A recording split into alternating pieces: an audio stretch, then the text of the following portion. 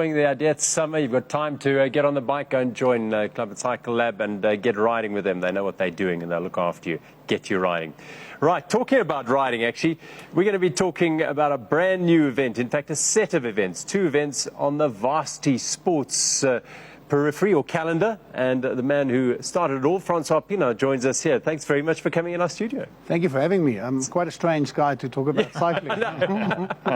Yeah, but you've had a highly successful varsity sports program, and now that's branching into mountain biking. Tell us about it. Yeah, we've invested heavily in university sports, and our partners are the universities. So we've got rugby live on television, we've got athletics live on television, and some of the great results is, wait for Nikerk, gold medalist in Beijing ran in our varsity athletics. Yeah. Our hockey final this year was magnificent.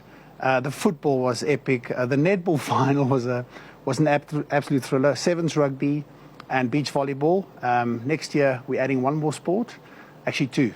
One is cycling. University cycling has always been on the radar, but this is quite unique. So we had to actually tease those cyclists that are cycling, and if they've got to have a student number, or they got to know a friend that's got a student number in order to qualify to enter for the varsity mountain bike race. Yeah, so it's not just the students as all the other sports are.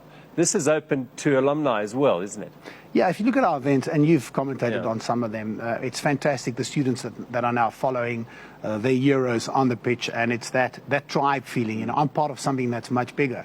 To attract the alumni, our research has shown that mountain biking is going through the roof. A lot of alumni do mountain biking events, so we wanted to come up with a unique proposition, almost a little barrier to entry, and we've got a couple of things.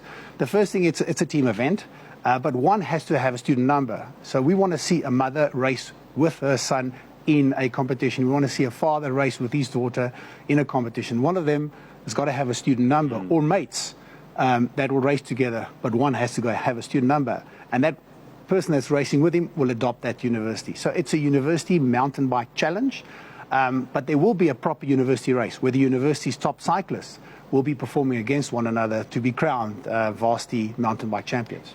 So I see this becoming almost an opportunity to have a reunion with old mates at the same time. Exactly, and under the same roof and in the same clothes, because where do alumni now get a chance to celebrate the fact that they were at university? I always say that I guess at university you become responsible and irresponsible at the same time. Then you leave university, but you still have this love affair of the moment in my life where I had such great mates. Some of them I've kept, some of them I've missed. Now I have an opportunity to challenge them to come and race with me in a team, or I'll be racing against you in a team in the university colors. So one of the differences would be for me is that your model has been highly successful, certainly the ones I've been to, in terms of spectator. This one will be successful in terms of participation. And spectator. So we're going to have a race village, we're going to have the university's branding up there, and this tribe mentality in a friendly manner we want to encourage. But also from a spectator's perspective, we want their families to come and enjoy a weekend out. Okay.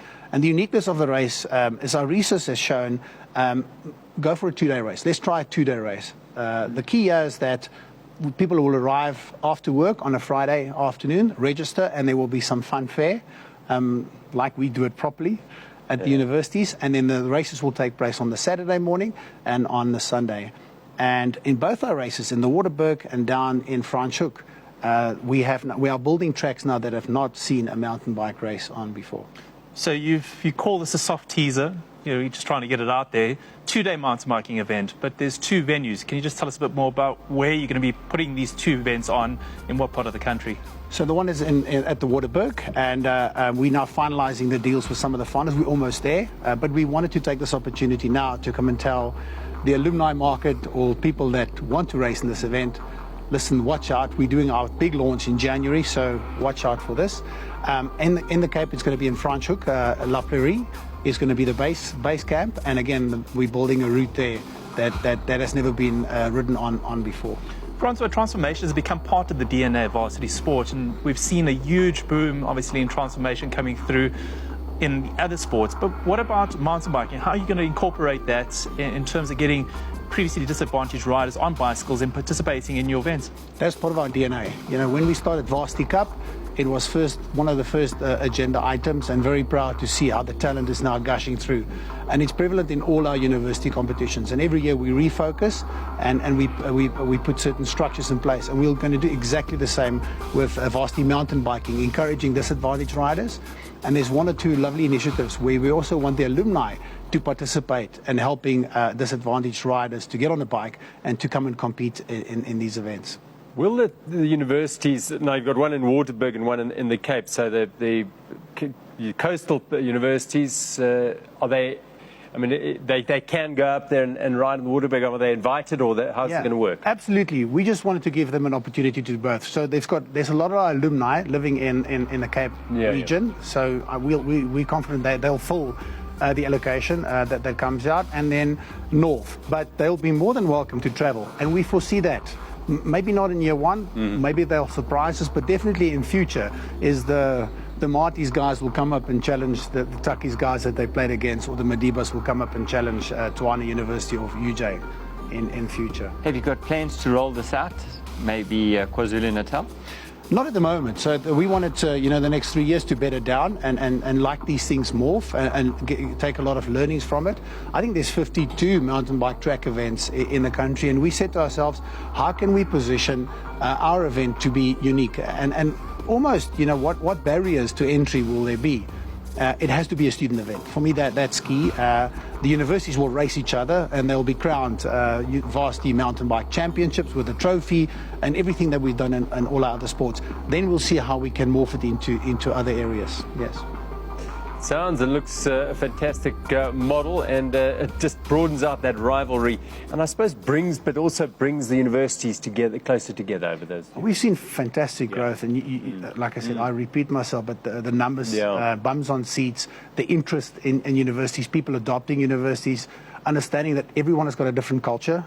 Some of the university guys, they grow their goatee on this side, other guys have a tie on. That's the uniqueness of where we're at.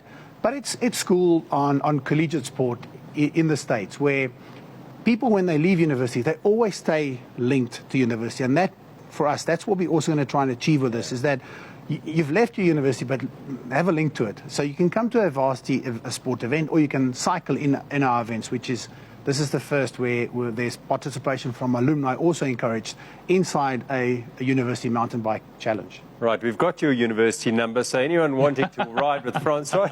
I do have, yes. I did pass. Yes. I did my LLB at UJ, so I'll be riding in UJ colours. All right, there we go. Francois, thanks very much for coming in. Good luck with it. Thank you very much. And thanks for all the work you do for sport in this country. Francois Pienaar, wonderful news of a new event on the mountain bike calendar, and you just need to have a university number, a connection with those universities to take part next year. Great news, and a big launch in January next year. As you saw in our headlines, MTN Quebec, as they are now, in a few weeks they'll become Dimension Data. They have a world tour license. They're also very much part of the Quebec program, and we caught up with them last week as they handed over some bikes.